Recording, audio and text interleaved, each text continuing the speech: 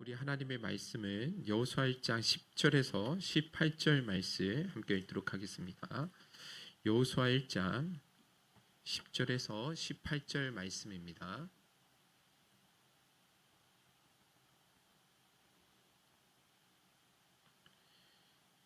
구약 성경 320면에 있습니다.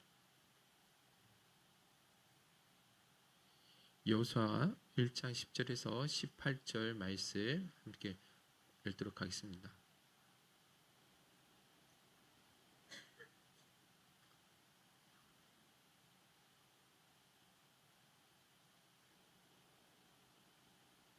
네, 됐습니다. 다 찾으셨으면 함께 읽도록 하겠습니다. 이에 시작. 이에 여호수아가 그 백성의 관리들에게 명령하여 이르되 진중에 두루 다니며 그 백성에게 명령하여 이르기를 양식을 준비하라. 사흘 안에 너희가 이 요단을 건너 너희 하나님 여호와께서 너희에게 주사 차지하게 하시는 땅을 차지하기 위하여 들어갈 것임이니라 하라. 여호수아가 또 르우벤 지파와 갓 지파와 므낫세 반 지파에게 말하 이르되 여호와의 종 모세가 너희에게 명령하여 이르기를 너희의 하나님 여호와께서 너희에게 안식을 주시며 이 땅을 너희에게 주시리라 하였나니 너희는 그 말을 기억하라. 너희의 처자와 가축은 모세가 너희에게 준 요단 이쪽 땅에 머무려니와 너희 모든 용사들은 무장하고 너희의 형제보다 앞서 건너가서 그들을 돕되 여호와께서 너희를 안식하게 하신 것 같이 너희의 형제도 안식하며 그들도 너희의 하나님 여호와께서 주시는 그 땅을 차지하기까지 하라. 그리고 너희는 너희 소유지 곧 여호와의 종 모세가 너희에게 준 요단 이쪽에 돋는 곳으로 돌아와서 그것을 차지할지니라. 그들이 여호수아에게 대답하여 이르되 당신이 우리에게 명령하신 것은 우리가 다 행할 것이요 당신이 우리를 보내시는 곳에는 우리가 가리이다. 우리는 범사의 모세에게 순종한 것 같이 당신에게 순종하려니와 오직 당신의 하나님 여호와께서 모세와 함께 계시셨던 것 같이 당신과 함께 계시기를 원하나이다. 누구든지 당신의 명령을 거역하며 당신의 말씀을 순종하지 아니한 자는 죽임을 당하리니 오직 강하고 담대하소서. 아멘. 우리 옆사람 앞뒤 사람에게 이렇게 인사 나누도록 하겠습니다. 지난주보다 훨씬 더 예뻐지셨습니다. 네. 네. 우리 믿음의 말을 해야죠, 그죠? 살려주는 말 감당하실 수 있기를 바랍니다. 예, 자, 우리 여호수아서 이제 지난주부터 함께 말씀을 나누고 있는데 여호수아서는 한마디로 땅 정복에 관한 내용이 기록되어 있다라고 말씀을 드렸습니다. 자, 그런데 성경에서는 이 성경에서 땅이라는 것은 오늘날처럼 단순한 개념이 아닙니다. 땅은 그냥 부동산인가라고 생각하실 수 있겠지만 성경에서 말하는 땅은요 대단히 중요한 신학적인 개념들이 들어있다라는 것입니다. 다시 말해서 그 땅 자체가 이스라엘 백성들이 어떠한 삶을 이 땅 가운데 살아가야 되는지에 대해서 명확하게 이야기해주고 있다라는 것입니다. 특히 왜 그런가 하면 여러분들 우리가 지난주 우리가 설교할 때 말씀을 드렸던 것처럼 이 가나안 땅은요 이스라엘 백성들이 노력하고 싸워서 쟁취한 땅이 아니었다라는 것이죠. 그 가나안 땅은요 어디까지나 하나님이 오래전부터 약속해서 선물로 주신 땅이었다라는 것입니다. 자, 그런데 그럼에도 불구하고 이스라엘 백성들이 이 땅을 선물로 얻었음에도 불구하고 반드시 그들이 지켜야 할 한 가지 약속이 있는데 그것이 무엇이냐면 어떤 순간에도 하나님 외에는 다른 신을 섬겨서는 안 된다라는 것입니다. 만약에 그들이 그 가나안 땅의 영향을 받아서 다른 신을 찾고 섬기게 되어지면 반드시 그 땅에서 심판을 받아서 그 땅에서 오래 살지 못하게 될 것이다 라고 하나님이 명령하셨다라는 것이죠. 신명기 30장 16절에서 18절 읽어보겠습니다. 시작. 곧 내가 오늘 내게 명령하여 내 하나님 여호와를 사랑하고 그 모든 길로 행하며 그의 명령과 규례와 법도를 지키라 하는 것이라. 그리하면 내가 생존하며 번성할 것이요 또 내 하나님 여호와께서 내가 가서 차지할 땅에서 내게 복을 주실 것임이니라. 그러나 내가 만일 마음을 돌이켜 듣지 아니하고 유혹을 받아 다른 신들에게 절하고 그를 섬기면 내가 오늘 너희에게 선언하노니 너희가 반드시 망할 것이라. 너희가 요단을 건너가서 차지할 땅에서 너희의 날이 길지 못할 것이니라. 아멘. 여러분들, 하나님 분명히 말씀하시죠, 그죠? 하나님이 그 땅을 선물로 주시겠다라고 약속하셨지만 그 땅은요, 그들이 무엇을 하든지 간에 그들이 거기에서 오래도록 살 수 있는 것이 아니었다라는 것입니다. 그 땅에서 오래도록 영원히 살기 위해서는 반드시 지켜야 할 것이 있죠. 그게 뭐라는 거예요? 하나님만 섬겨야 된다는 것입니다. 물론 그들이 하나님만을 섬겨야 하는 것이 로봇처럼 아무 감정 없이 맹목적으로 섬겨야 된다라는 것이 아닙니다. 혹은 하나님께 처벌을 받을까 무서워가지고 어쩔 수 없이 섬기는 그런 강제적인 섬김을 요구하셨던 것도 아니라는 것이죠. 그것은 하나님을 섬겨야 할 만한 마땅한 이유가 있기 때문에 섬겨야 된다라고 하신다라는 것이죠. 그럼 그 마땅한 이유가 뭐냐? 그건 다름 아니라 이 세상에서 하나님만이 유일하신 참 신이시기 때문에 그렇다라는 것입니다. 하나님 외에 존재하는 우리가 이야기하는 그 어떤 신들도 진짜 신이 아니라 사람이 다 손으로 만들어낸 목석에 불과한 신이다라는 것이죠. 그래서 하나님께서는요, 당신이 이 세상의 유일하신 참 신이심을 보여주시기 위해서 출애굽할 때 이스라엘 백성들에게 10가지 재앙을 보여주셨다라는 것이죠. 여러분 한번 생각을 해보세요. 출애굽할 당시의 이스라엘 백성들이요, 하나님만 이 세상에 존재하는 유일하신 신이다라고 믿었을까요? 아니면 세상에는 하나님 외에도 다양한 많은 신들이 있다라고 생각을 했을까요? 전자이겠습니까? 후자이겠습니까? 이스라엘 백성들을 한번 생각해 보시라는 거예요. 전자예요, 후자예요? 후자일 수밖에 없죠. 왜냐하면 이스라엘 백성들이 애굽 땅에서 산 지 몇 년이 됐어요? 400년 이상이 되었다라는 것이죠. 그러니까 그들의 가치관과 생각 속에 이 애굽의 문화와 가치관이 어떻게 해요? 깊숙하게 물들여질 수밖에 없는 것이죠. 그래서 그들 역시도 애굽 사람들과 같이 동일하게 수많은 신들을 섬기고 우상화했음이 분명하다라는 것입니다. 자, 그래서 하나님께서는요, 이 출애굽하는 이스라엘 백성들의 그 생각과 가치관을 완전히 깨트려 주시고 바꿔주시기 위해서 10가지 재앙을 내려주신 것입니다. 여러분들, 많은 사람들이 10가지 재앙하면 하나님이 단순히 이 애굽 사람들에게 심판하신 내용 아닌가 싶은데 더 깊이 들어가 보잖아요. 그러면 그 10가지 재앙은 애굽 사람들이 신으로 섬기던 그 신들을 향한 심판이었다라는 것이죠. 여러분 도표 한번 보여주시겠습니까?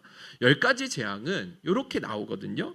첫 번째 재앙이 나일 강물을 피로 물들게 만드는 기적이었죠. 재앙이었죠. 그죠?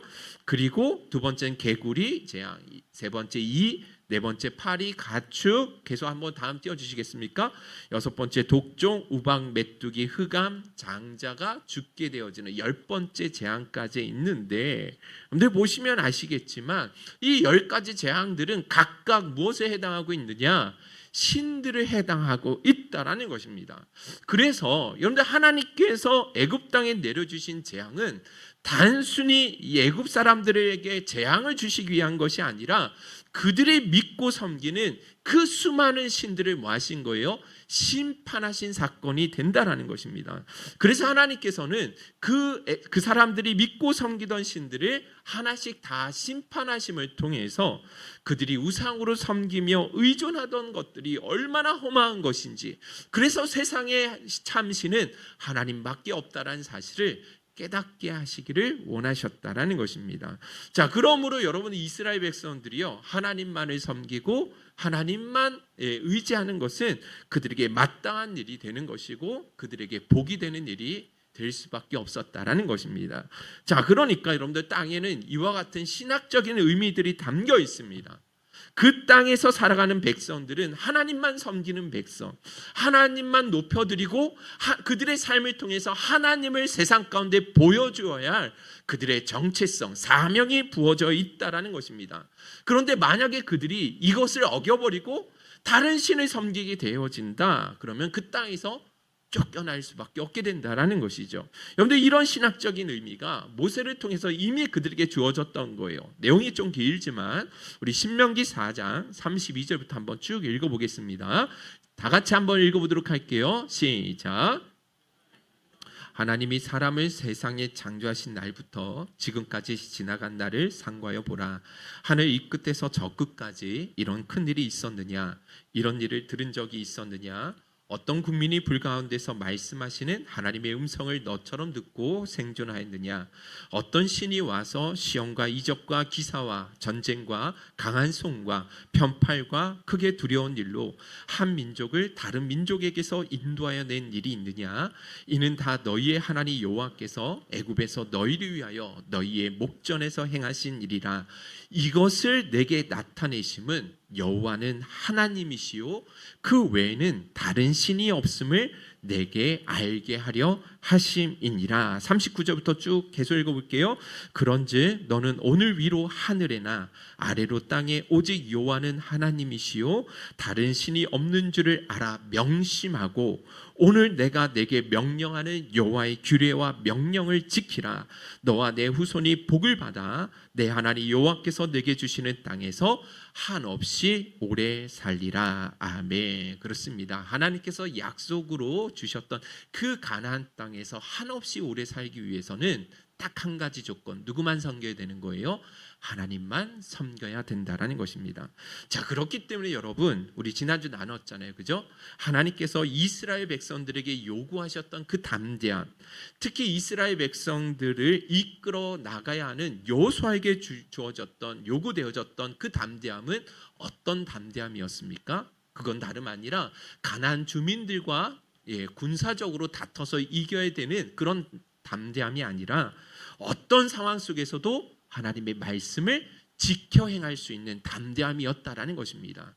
이 가나안 땅 자체가 수많은 신들을 섬기고 있는, 특히 바알신을 섬기는 그런 문화가 너무 강했잖아요. 그래서 그 가나안의 타락한 문화와 우상 숭배의 유혹으로부터 자신을 지켜서 하나님의 말씀대로 하나님만 섬기고 하나님만 의지하며 살아가기 위해서는 반드시 그들에게 영적인 담대함이 필요했다라는 것입니다. 할렐루야. 아멘이시죠? 이것이 그 가나안 땅이 주어지는 성격이었다라는 것입니다. 자, 오늘은 가나안 땅이 가지고 있는 또 하나의 성격인 공동체적인 성격에 대해서 여러분과 함께 살펴보도록 하겠습니다. 이 공동체성에 대해서는 저희 교회가 하도 많이 강조하기 때문에 아마 여러분들이 어렵지 않게 이해되시지 않을까 생각되어집니다.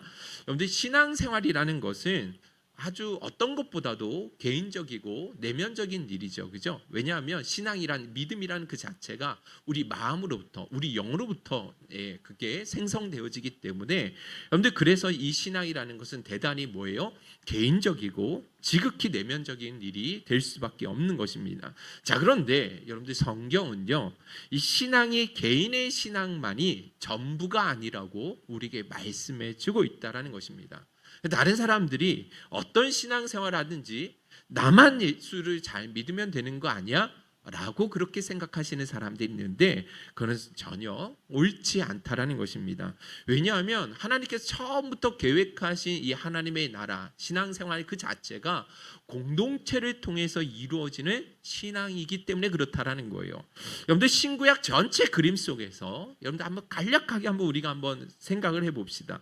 그래서 성경에서 하나님과 처음 언약을 맺었던 사람이 아담이잖아요. 그죠? 아담인데 하나님께서 아담에게 생육하고 번성하여 땅에 충만하라고 하셨던 이 명령이 아담 혼자서만 잘 먹고 잘 살라고 주신 명령이 아니었다라는 것입니다. 그 명령은요, 그 아담을 통해서 온 인류가 복을 받는 그림을 그리시고 그렇게 명령하신 사건이었다라는 것이죠. 그런데 그리고 아브라함을 부르셨을 때도 한번 생각을 해보세요. 창세기 12장 1절에서 3절에 나오는 말씀인데 여호와께서 아브라함에게 이르시되 너는 너의 고향과 친척과 아버지의 집을 떠나 내가 내게 보여줄 땅으로 가라. 내가 너로 큰 민족을 이루고 내게 복을 주어 내 이름을 창대하게 하리니 너는 복이 될지라. 너를 축복하는 자에게는 내가 복을 내리고, 여기 보시면 하나님께서 아브라함을 부르실 때 복을 주신다라고 하시죠. 그런데 그 복은 아브라함에게만 주어진 복이 아니라 그 아브라함을 통해서 수많은 민족이, 족속들이 복을 받게 되어지는 것을 하나님이 이미 계획하시고 그를 부르셨다라는 거예요. 그런데 이 이야기가 신약 성경에 와도 그대로 적용이 됩니다. 예수님께서 베드로를 부르셨을 때 베드로 한 사람만을 생각하시고 부르신 것이 아니죠, 그죠? 그를 고기 잡는 업으로 부르셨다라는 그 자체가 이미 그를 통해서 세워질 수많은 제자들을 생각하고 부르셨다라는 거예요. 더군다나 여러분들, 예수님께서 마지막으로 승천하시면서 제자들에게 주셨던 그 명령, 마태복음 28장 18절 19절에도 보시면 예수께서 나와 말씀하시며 이르시되 하늘과 땅의 모든 권세를 주셨으니 그러므로 너희는 가서 모든 민족을 제자로 삼아. 보세요, 예수님께서 승천하시기 전에 마지막으로 주신 명령 속에서도 보면 바로 그들로 말미암아 모든 민족이 제자가 되어지는 그 은혜를 주셨다라는 것입니다. 그러니까 여러분 보세요, 하나님께서 아담을 만드실 때부터 하나님께서 주신 그 백성들에게 주신 모든 약속 안에는 공동체에 대한 약속이 담겨져 있다라는 것을 보게 되어집니다. 자, 그렇다고 한다면 오늘 말씀으로 돌아와서 이스라엘 백성들이 가나안 땅에서 누리게 될 모든 풍요로움과 안식은 몇몇 개개인 사람들만 누릴 수 있는 것이 아니라 이스라엘 백성, 언약 백성, 모든 백성들에게 주어지는 공동체적인 약속이 있는 복이라는 것입니다. 여호수아와 갈렙과 같이 어떤 큰 업적을 남기거나 선한 영향을 미친 몇몇 사람들에게만 주어지는 복이 아니라 이스라엘 공동체 전체가 받아 누리게 되는 복이라는 거예요. 그런데 이 원리가 신약 성경 안에도 그대로 담겨져 있는 거 아시죠? 고린도전서 12장 25절에서 27절. 제가 하도 많이 이 말씀을 인용해서 여러분들 아마 다 외우셨을 것 같아요. 같이 한번 읽어보도록 하겠습니다. 시작.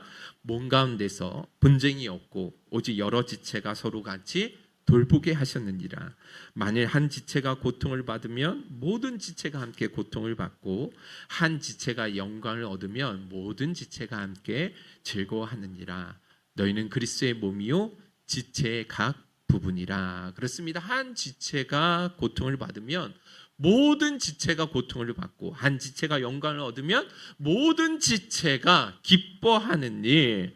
왜냐하면 그것은 우리 모든 그리스도인들이 한 몸, 즉 공동체로 부르심을 받았고 그렇게 한 몸으로 부르심 받은 지체들이 서로 돌아보고 서로 도움을 받아서 함께 자라나게 하시는 것, 그것이 하나님의 계획이셨다라는 것입니다.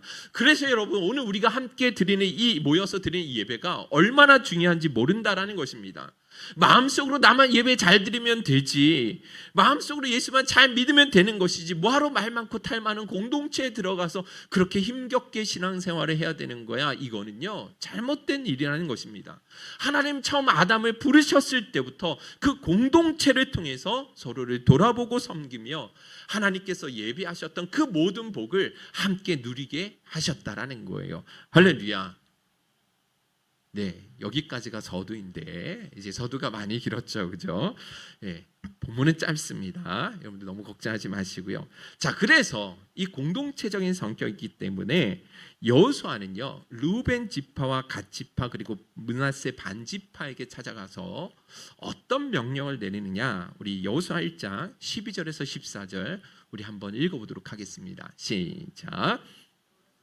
또 르우벤 지파와 갓 지파와 므낫세 반 지파에게 말하여 이르되 여호와의 종 모세가 너희에게 명령하여 이르기를 너희의 하나님 여호와께서 너희에게 안식을 주시며 이 땅을 너희에게 주시리라 하였나니 너희는 그 말을 기억하라.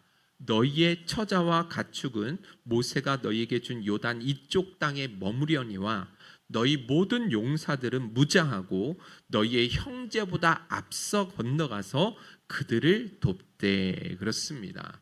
이 세 지파, 이스라엘 백성들 가운데 12지파 중에 세 지파에게 뭐라고 이야기하냐면 너희의 처자와 가축은 이 땅에 잠시 머물러 두고 너희들이 이제 앞으로 가나안 땅에 들어가게 되어지면 제일 형제들보다 앞장서서 그들과 싸움을 싸우라고 말씀해 주고 있다라는 것이죠. 그런데 사진을 한번 보여주시면 한번 보여주세요. 제가 아까 말씀드렸지만 이 12지파, 이스라엘은 12지파가 있거든요. 야곱에게는 4명의 아내가 있었고 그 4명을 통해서 12명의 아들을 낳게 되지 않습니까? 그래서 그 12 아들들이 나중에는 지파로, 이스라엘의 지파로 세워지게 되는데, 자, 다음 사진을 보시면 이스라엘 백성들이 이 땅을 어떻게 분배받게 되어지냐. 여기가 이제 가나안 땅, 지금 현재 이스라엘인데, 요 위에서 그 사해에서 아래로 내려오는 게 그 갈릴리 바다에서 사해로 쭉 내려오는 파란색 보이시죠? 요게 이제 가운데 강이 있어요. 이렇게 파랗게 이렇게 줄이 하나 있죠. 그 요단강을 중심으로 오른쪽은 세 지파가 나와 있지 않습니까? 그죠? 거기가 요단 동편입니다. 요단 동편. 그리고 왼쪽은 요단 서편인데, 자, 이 요단 동편에는요, 므낫세 반지파와 갓지파 그리고 르우벤 지파가 이미 그 땅을 뭐 했어요? 분배받았다라는 거예요. 요단을 건너서 서편 땅을 아직 다 정복하기도 전에 모세가 지도자로 있을 때 이 세 지파가 그 땅을 먼저 정복해서 분배를 받고 있었다라는 것입니다. 자, 그런데 여호수아가, 모세가 죽은 이후죠, 이제 요단 서쪽을 정복하러 나가는데 이 세 지파에게 뭘 요구하고 있는 거예요? 너희들이 가장 먼저 앞장서서 뭐 하는 거예요? 싸워야 된다라고 이야기하고 있는 것이죠. 자, 그런데 이와 같은 여호수아의 명령이 그들이 받아들이기가 참 쉽지 않겠죠. 그죠? 왜 그래요? 왜냐하면 이미 그들은 땅을 뭐 했어요? 분배받았지 않았냐라는 거예요. 그래서 여러분들 성읍을 세우고 나름대로 거기에서 어느 정도 편안하게 생활을 하고 있었던 때였다라는 것입니다. 그러니까 자기가 목숨을 걸고 다른 지파를 위해서 싸울 필요가 없게 되는 것이죠. 더군다나 자기들이 그렇게 싸우러 나갔을 때 거기는 누가 남아있어요 지금? 자기 가족들, 아내와 자녀들이, 처자식들이 남아있는데 자기들이 그렇게 공격하러 나갔다가 공격을 오히려 받으면 그 처자식들이 죽을 수도 있는 상황이 오게 되는 것 아니겠냐라는 것이죠. 그러니까 남 좋은 일 다 해놓고서 정작 자기 식구들이 죽게 되어지면 왜 낭패냐라는 것이죠. 자, 그런데 여호수아는 그들에게 14절 15절 다시 한번 읽어보도록 할게요. 14절 15절입니다. 같이 한번 본문으로 돌아와서 14절 15절 읽어보겠습니다. 시작.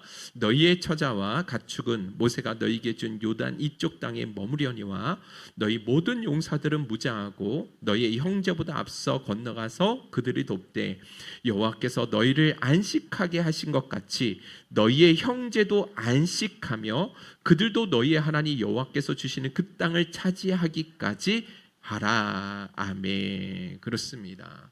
함께 선봉에 서라고 하죠. 왜요? 너희의 형제가 안식하기 전까지 너희의 안식은 진짜 안식이 아니라는 거예요. 이해 가십니까? 네. 너희의 형제들이 진짜 안식을 가져야지만 너희들이 갖는 안식이 진짜 안식이 될 수 있다라는 것입니다. 왜요? 그들은 운명 공동체로 함께 묶어져 있기 때문에 그렇다라는 것이죠. 그래서 여호수아는 르우벤 지파, 갓 지파, 므낫세 반 지파에게 다른 지파들이 땅을 차지하고 안식을 누릴 수 있기 위해서 너희들이 먼저 솔선수범하고 앞장서서 싸워달라고 이야기하고 있다라는 것입니다.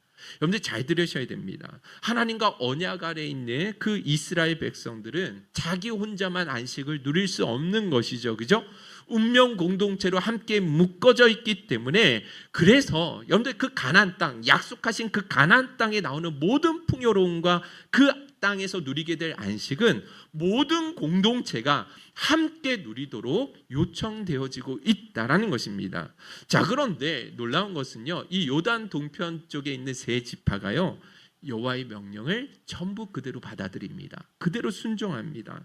얼마든지 이런저런 핑계로 여러분들 뭐 할 수 있어요? 빠져나갈 수 있었음에도 불구하고 손해를 감수하고서라도 요단 동편의 주민들과 전쟁할 때 가장 앞장서서 전쟁합니다. 몇 년 동안이요? 7년 동안 집으로 돌아가지 않고 앞장서서 전쟁이 마칠 때까지 가장 선봉에서 싸우게 된다라는 것이죠.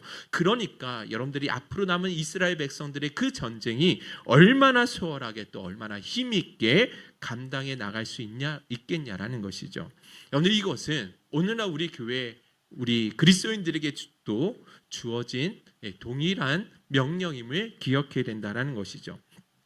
온 성도가요, 서로가 서로에게 연결되어져 있는 한 몸이라는 공동체 의식이 있어야지만 그 교회가 진짜 힘있고 건강한 교회인 줄로 믿습니다. 여러분 동의하십니까? 그와 같은 공동체 의식이 있어야지만 하나님께서 교회들에게 주신 그 사명과 이 혼탁하고 어지러운 시대, 이 영적 전쟁이 얼마나 심합니까? 그 전쟁에서 정말 힘있게 승리하기 위해서는 반드시 성도가 서로 간에 공동체 의식이 있어야 된다는 것입니다. 할렐루야. 참으로 감사한 것은 우리 행복생교회는요, 이런 공동체 의식이 너무나 하나님께서 훈련을 많이 해주셨고 그와 같은 의식들이 아주 깊숙하게 몸에 배어 있으세요. 최근에 어떤 한 성도님이 그런 이야기를 하시더라고요. 교회라는 곳이 참 신기하고 신비한 것이, 왜냐하면 직장에서 가보면, 직장에서 누군가 새로운 사람이 들어오면 일반적으로 사람들이요, 그 사람에게 깊은 관심을 가지고 대하지 않는다라는 것입니다. 자기도 그렇지만 대부분의 많은 사람들이 그 누군가 새로 들어오면 뭐 잘해주거나 친절하게 대해주거나 뭐 그런 필요성을 잘 못 느끼게 된다라는 거예요. 그래서 일을 잘 가르쳐 주지도 않고 도리어 어떻게 하면 저 사람을 더 잘 부려먹을 수 있을까, 이런 생각도 하게 된다라는 것이죠. 여러분들 정말 그렇습니까? 직장 생활하면? 우리 김정숙 원사님은 아니라고 하시는데 일반적으로 그렇다라는 거예요. 그런데 교회는 너무 다르다라는 거예요. 교회 안에 새 가족 한 분이 딱 들어오시면 온 성도가 그 사람에게 집중되어 있다라는 것이죠. 그리고 예배는 분명히 드리고 있는데 이 마음과 생각은 전부 다 어디에 있어요? 그 새로 오신 성도님에 가 계시다라는 거예요. 그래서 그분이 어떻게 하면 이 교회 안에 편안하게 신앙생활하며 다니실 수 있을까? 어떻게 하면 조금 더 빨리 이 교회 안에 정착하실 수 있을까를 생각하면서 내가 어떻게 하면 더 잘 섬길 수 있을까를 생각하게 된다는 거예요. 그러시면서 교회는 참 신비한 곳인 것 같아요 라고 말씀해 주시더라는 것이죠. 저는 그 이야기를 전해 들었는데 너무나 감사한 거예요. 왜냐하면 여러분, 우리 행복생 교회가 그리스도 안에 한 몸 된 지체라는 그 공동체 의식을 아주 건강하게 가지고 있다라는 것을 증명해 주는 일이 되기 때문에 그렇다라는 것이죠. 온 성도가 여러분들 이와 같은 마음을 가지고 신앙생활을 할 수 있다고 한다면 여러분들 교회가 어떻게 건강하지 않을 수 있고 어떻게 신앙생활이 행복하지 않을 수 있겠냐라는 것이죠. 할렐루야.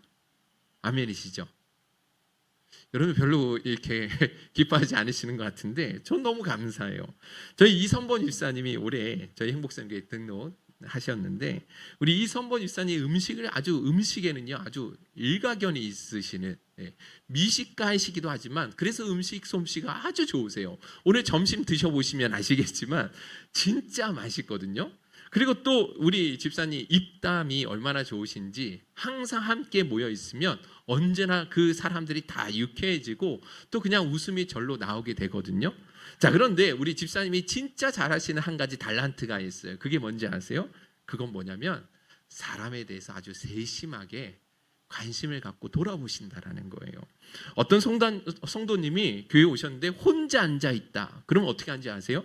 저희 교회 오신 지 얼마 안 되셨잖아요. 그런데 빨리 사모님하고 서건사님한테 달려가셔가지고 사인해 주시는 거예요. 아니, 저 성도님이 혼자 계신데 지금 뭐 하고 계시냐고 빨리 가셔서 그 혼자 있으시면 어떻게 하면 안 된다고 재촉을 하시는 거예요.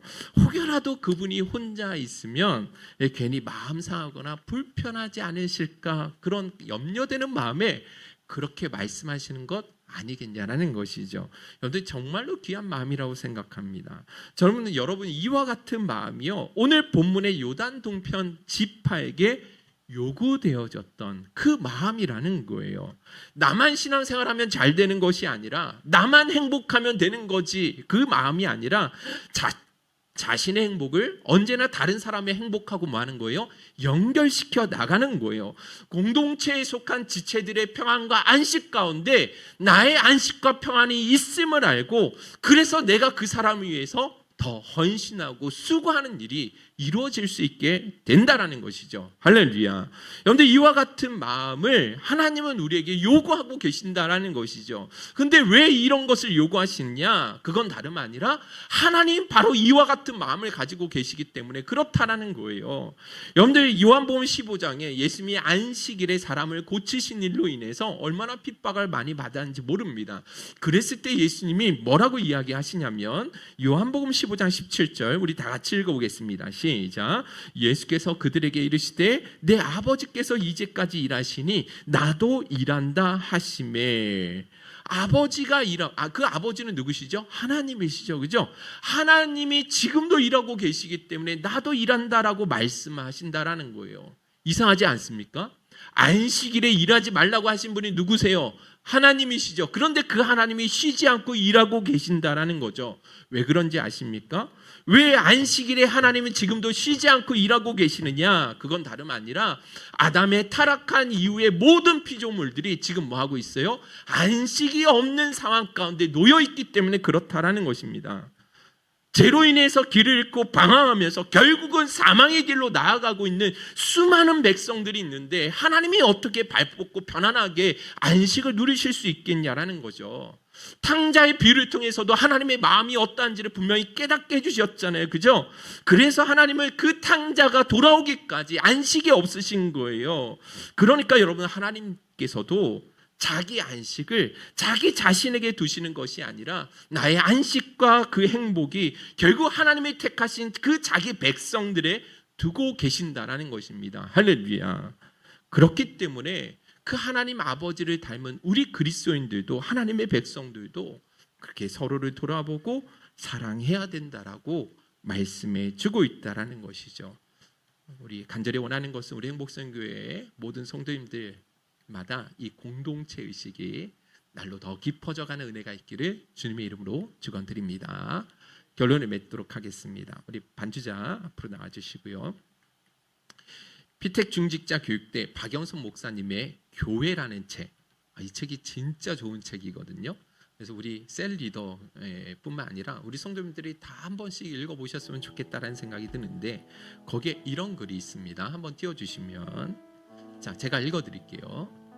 우리의 신앙이 옳으냐 그르냐, 건강하냐 건강하지 않냐의 기준이 함께에 대한 만족도가 얼마나 있느냐, 함께 신앙생활을 하고 함께하기 위한 참음과 용납, 용서와 인내의 기도가 얼마나 있느냐를 물으셔야 합니다.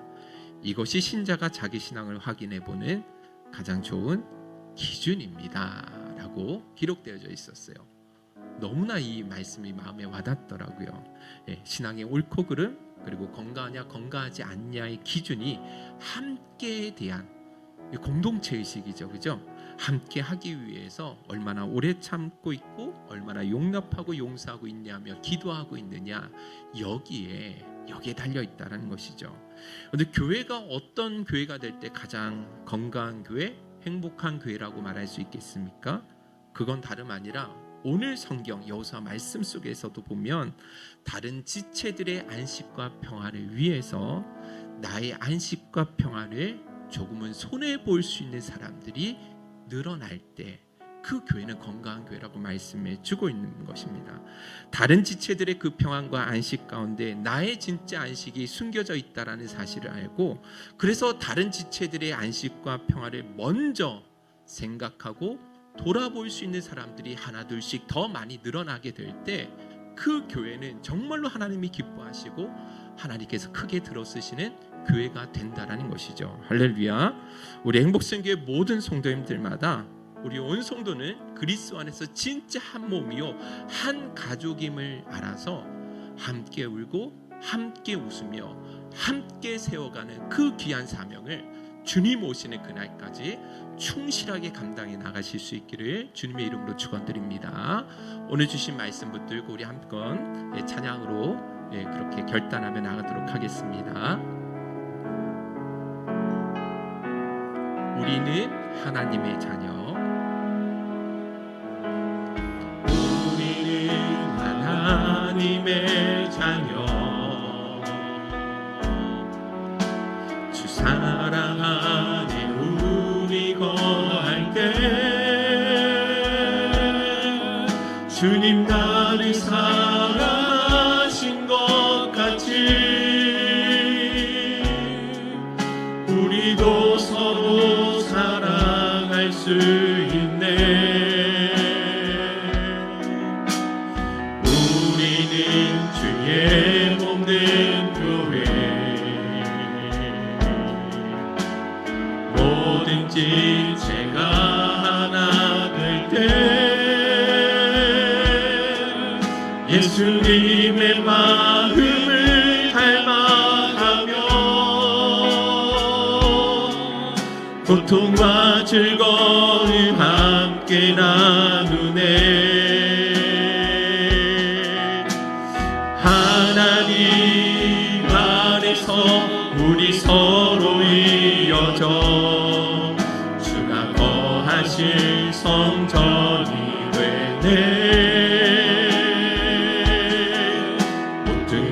돌 되신 예수와 하나 되게 하신 성령 안에 함께 지어져 가네. 우리 처음부터 한 번만 더 고백하며 나갑시다. 우리는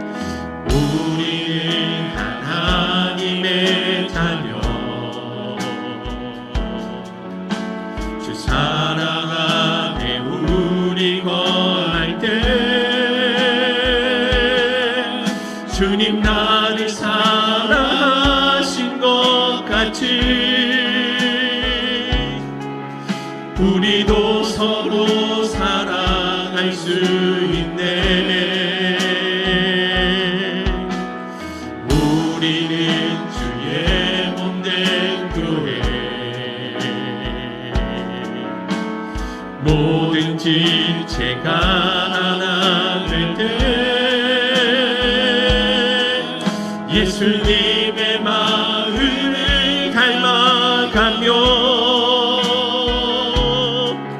고통과 즐거움 함께 나누네. 하나님 안에서 우리 서로 이어져 주가 거하실 성전이 되네. 돌 되신 예수와 하나 되게 하신 성령 안에 함께 지어. 우리 마지막으로 다시 한번 고백합시다. 하나님 안에서 우리 서로 이어져 주가 거하실 성전이 되네.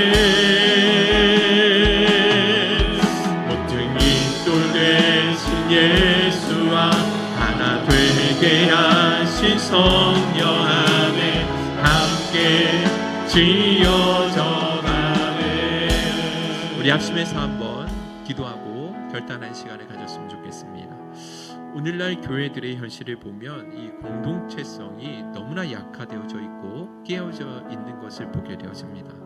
서로가 서로를 진정으로 한 몸으로 알고 한 가족으로 알고 서로를 아끼고 돌아보고 섬기는 그 사랑이 너무나 많이 식어져 있고 아주 드문 현상이 되어버렸다는 것이죠. 교회 성도가 서로를 사랑하고 친밀하게 사랑하며 살아갈 수 있어야 되는데, 아니 피를 나눈 형제들끼리도 그렇게 못하는데 어떻게 교회에서 그럴 수 있느냐, 그 현실적으로 불가능하다라고 이야기하면서 그렇게 치부해 버린다라는 것이죠. 자, 그럼에도 불구하고 여러분들 교회는 반드시 한 공동체가 되어야 합니다. 하나가 되어야 되고 한 몸이 되어야 된다라는 것이죠. 설령 그렇게 하다가 상처를 입고 아픔이 온다 할지라도 결코 그것을 포기해서는 안 된다라는 것이죠. 망가졌다면 함께 고쳐나가고, 없다고 한다면 만들어 가서라도 교회다운 교회를 만들고 그 안에 신앙의 뿌리를 세우고 그렇게 하나님의 나라를 이 땅 가운데 세워가야 된다라는 것이죠. 오늘 이 시간 우리가 합심해서 기도할 때 하나님, 우리 행복생교회 온 성도가 그리스도 안에서 한몸 의식, 공동체 의식이 날로 더 깊어질 수 있도록 은혜 베풀어 주옵소서. 다른 지체들의 안식과 평안을 위해 먼저 내가 돌아볼 수 있게 하시고 그것을 위해 기꺼이 자기 자신을 희생하고 섬길 수 있는 삶이 되게 하여 주옵소서. 우리 주여 한번 부르신 후에 기도하며 나가도록 하겠습니다. 주여